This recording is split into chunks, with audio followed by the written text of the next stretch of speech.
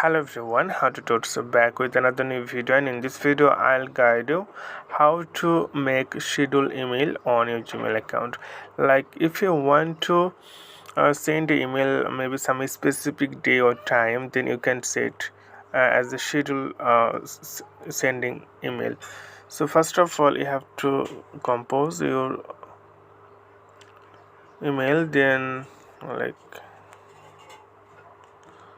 type the user you're going to send the email, and then tap on your, and then like you can type anything like hi. So I'm just going to show, like after that you need to tap here the three dot right top corner on your screen, and then schedule send, simply tap on the schedule send. Then you can see tomorrow morning, this afternoon, Monday morning. So you have to pick date and time.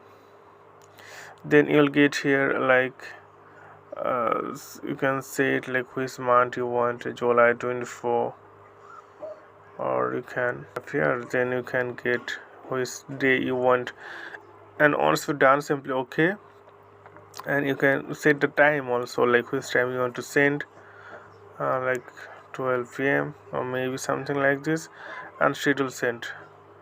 So you can say sending send. So send schedule for Friday June. So this way you can send a schedule email to anyone.